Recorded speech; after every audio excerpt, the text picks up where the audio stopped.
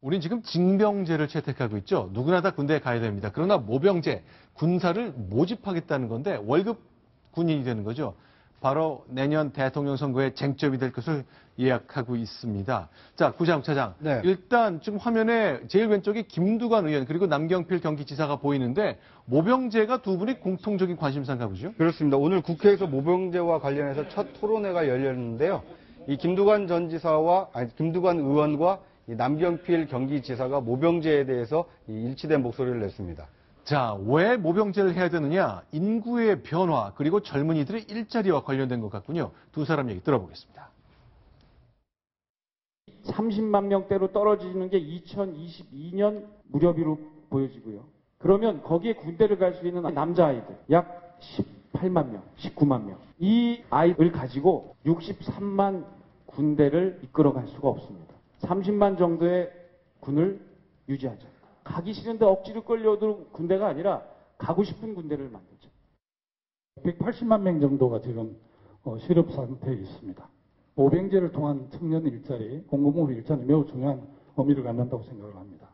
정말 좋은 18만 개 일자리가 되고. 자, 지금은 군대 가면 한 달에 한 10만 원쯤 월급 받나요? 그게 이제 뭐 200만 원짜리, 150만 원짜리 일자리로 바뀔 수 있다는 가능성을 얘기하는 거군요. 지금 저 이론을 내는 데가 한선재단입니다. 우리 옛날 박세일 교수님 계시던데. 그 다음에 이제 네. 박재환 장관님, 그 다음에 누군가요? 그 장관님들이 이걸 몇 번 돼서 저랑도 몇 차례 토론을 했던 문제인데. 네.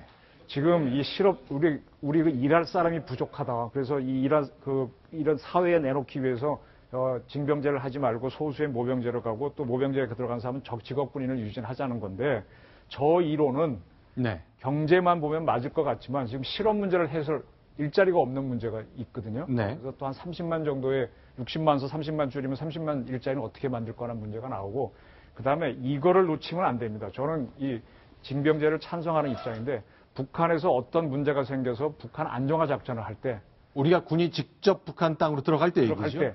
그러면 우리가 현재 육군이 20개 사단입니다. 네. 절반 정도는 가야 되겠죠. 네. 절반은 여기를 지켜야 되겠죠. 여기도 계엄령이니까.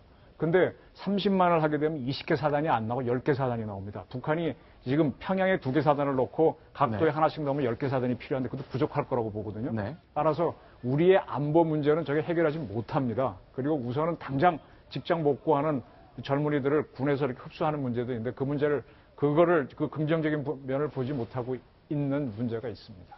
자, 이회창의 대변인이었던 남경필 지사 그리고 리틀 DJ라는 김두관 의원이 공통 관심사를 갖고 오늘 세미나를 국회에서 연 거죠. 박상원 국장. 네. 정치적 함의가 담겨 있겠죠?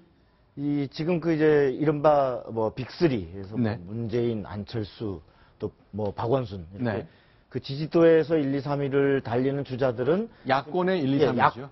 야권이지만 또 전체적으로 여야를 통틀어서 반기문 유엔 사무총장 제외하는 반기문 총장은 아직은 하늘에 계신 존재니까 네. 네. 지상에 아직 언제 오실지 알 수 없으니까 네.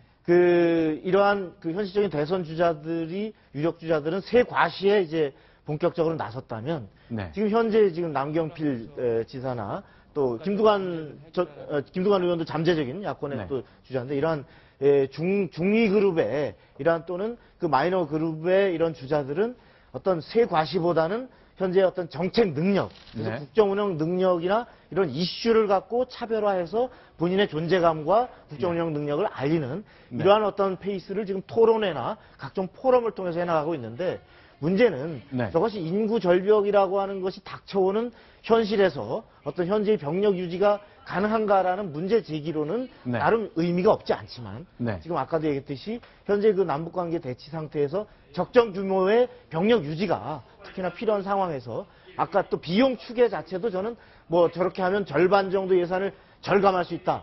하지만 정반대 예측도 네. 어떤 실제로 모병제로 가게 되면 비용이 더 들어가는 측면도 또 있기 때문에 그렇게 해서 일자리를 만들 수 있다. 오히려 많은 부작용을 낼 수 있기 때문에 굉장히 신중하게 논의되어야 될 이슈가 아닌가 이런 생각이 듭니다. 자, 남경필 경기지사는 아직 대선 출마 약속하고 선언한 바 없습니다만 조금 마음이 있긴 있는 것 같습니다. 지금 대화를 들으신다면 더 그럴 것처럼 생각하실 것 같네요. 확인하겠습니다.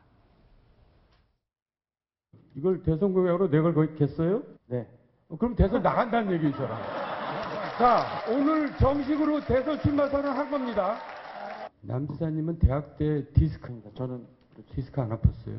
부잣집 아들들은 다 디스크더라고요. 근데 역시 그때부터 대권의 꿈이 있었던 모양이에요. 그렇죠? 네. 네, 지금 저 모병제로 가는 거 좋습니다. 근데 저렇게 가면 예산이 지금 준다고 얘기하셨는데요. 저 직업군인으로 가는 사람들은 15년인가 20년 하게 되면 연금을 줘야 되죠. 네. 그 연금 부분을 지금 군인연금은 지금 예산이 완전히 소진돼갖고 정부 예산으로 메워주고 있거든요. 기금이 네. 없습니다. 그 부분을 넣게 되면 돈이 더 들어갑니다. 저것 때문에 몇 차례 검토했던 건데 그 뭐라 그럴까 어떤 인기몰이를 위해서 선거 때만 나오면 항상 저게 등장하는데 그 계산 잘못하시면 국가 안보도 해치고 경제도 해칠 수 있다는 거 제가 말씀드리고 싶습니다. 자, 오늘은 유난히 국회를 중심으로 정치인들이 토론하고 세미나가 많았던 날입니다. 이렇게 남경필, 김두관 두 사람 이외에도요, 김무성 전 새누리당 대표 역시 자신의 안보관과 관련해서 동맹에 대한 생각을 밝혔습니다. 중국이냐, 미국이냐, 오늘 얘기 한번 들어보겠습니다. 워싱턴 방문하기 위해서 그런데 우리나라에 대한 분위기가 정말 싸했습니다. 나름대로 애국심이 발동해가지고 박근혜 대통령이 워싱턴 분한테 자라고 좀 따라드려야 되겠다 해가지고 불만 의도적으로 한 발언이 있다는 생각을 비로소 말씀드립니다. 저 말씀은 조금 너무 아전인수도 과하게 하면 네. 이렇게 받아들이는 사람이 좀 선뜻 이해하기 좀 어려운데요. 네. 지난해 방미 당시에 미국에서 한국을 보는 분위기가 쌓였던 이유는 네. 우리나라 박근혜 대통령이 전승절에 참석할 가능성이 굉장히 높던 시점 아닙니까? 그렇죠. 그러다 보니까 이제 미국 측 입장에서 보면 왜 굳이 중국의 그런 행사에 가느냐.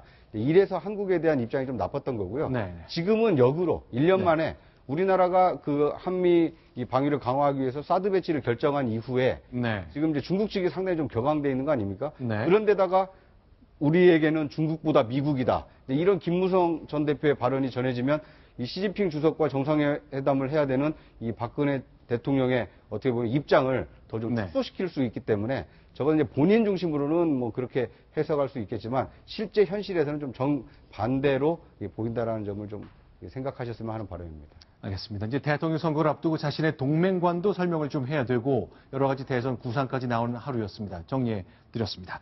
자, 지금까지 6가지 소식 봤습니다. 이정훈 편집위원 또 여기서 인사를 드리겠습니다. 고맙습니다.